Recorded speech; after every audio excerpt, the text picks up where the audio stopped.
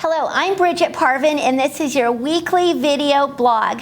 And I'm so pleased that you joined me this week. And as I was meditating and contemplating on what this week's topic would be for the vlog, it came up with a thing here in America. This is 4th of July weekend, Independence Day, and so there's a lot of celebration and a lot of fun and all of that. One of the things that came up for the topic is fun with problems and problems. So I'm going to get to business here. And so I'm not claiming it yet because they say in recovery one day at a time. However, today is July 1st, and it's my celebration sobriety month. This month, let's rewind. One day at a time, on July 9th, I will be celebrating sober 22 years walk in sobriety. Now, one of the things some people may say, wow, you're either a stick in the mud or you don't know what to do to have fun. Let me tell you, I had all the fun you could have while drinking and partying and using recreational drugs that turned into, that's how it all started. I was your party girl, lived down in LA. Believe me, I knew how to party and I could tie one on really good. It was so much fun. There was never a party that I was never invited to, and you could imagine from me, I was, of course, the life of the party. That was beyond a shadow of a doubt. But what happened was once I started drinking, the very first time when I was 13, something happened, and I felt like I could breathe. It felt like that hole in my soul that I had been walking around all my life with, felt like it was plugged up. Felt like I could breathe. It felt like I was just beautiful and I was funny and I was fun to be around. Then all of a sudden what happened was after I started chasing that drink or chasing the drugs, what happened was I could never recreate that feeling again. It started to get deeper and deeper and was this horrendous hole in my soul that grew bigger, bigger, and bigger. So it was fun.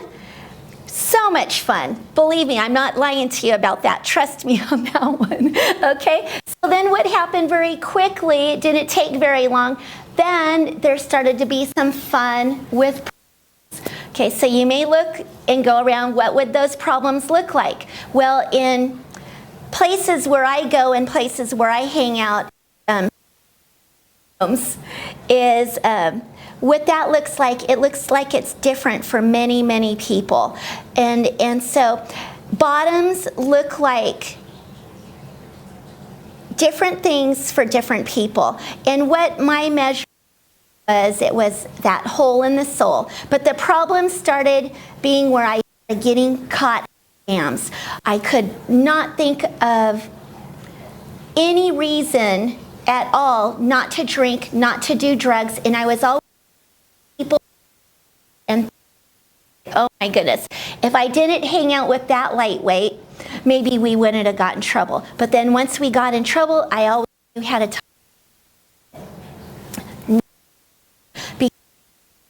Is I started creating a web of secrets. My life started being.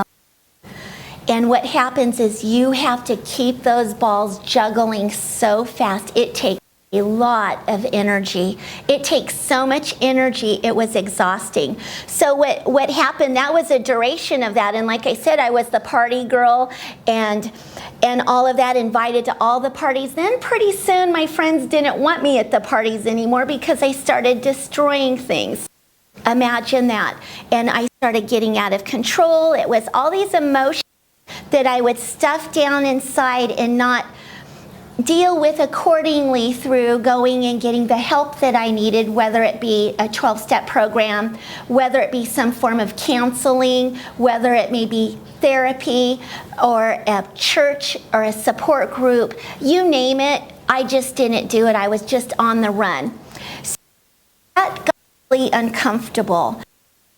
I wasn't fun to be around anymore. So the people, places, and things started getting kind of disposable because they're on my track. So you just, so long, and you go and get new friends. You move, you do geographics because people, heat's on your back, and so you got to move around a lot. You lose jobs. Your boss starts confronting you at work. I shouldn't say you, they did me anyway. So anyway, with that, so that's really uncomfortable. And then there comes the problems. The problems are you need the drugs and you need the booze so much that you will do anything at all to get them. So it's of compromising the value system, compromising your soul, and I crossed lines where I never thought I'd cross them. I lost my integrity, I lost my values, but the thing was, I would always cover my tracks too, and then I couldn't separate the truth from the false anymore. I could not, because it was like, welcome to Brigitte's world. And it was this web that I weaved, and so it just got really, the heat was on my back. One of the things that I would do is towards my bottom, when it was just problems, was I would look up and I'd think, oh man, this is like, people are being crazy right now. It must be a full moon. You know, full moon is something where they named it full moon. It's lunacy, and there was a reason for it. That was my belief system. And I thought, oh, how long do full moons last? Because this is getting really crazy. Now, one of the reasons why during processing and meditating today, why I wanted to pick fun with problems, and then problems, was because this is the 4th of July weekend in America, and in that this is rapidly where I spiraled down and hit my bottom. I overshot the mark.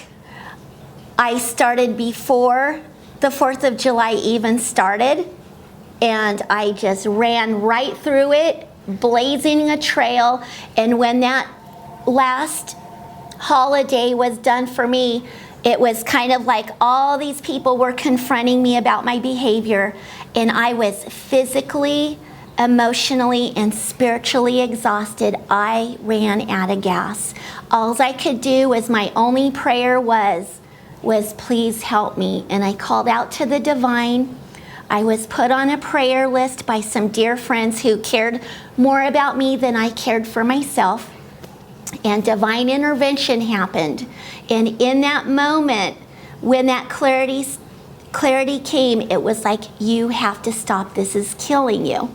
You are dying. And I was 29 at the time. I heard the voice of the divine, and I followed it, and I knew beyond a shadow of a doubt I was physically, emotionally, and spiritually bankrupt. And so that's how my party started, and that's how my party ended, with the alcohol and the drugs. I am able to freely share about it because I have no skeletons in the closet with it any longer. I have faced all of it. I've digested those big truths about myself. I have gone through the process of eliminating it, and it no longer holds me back.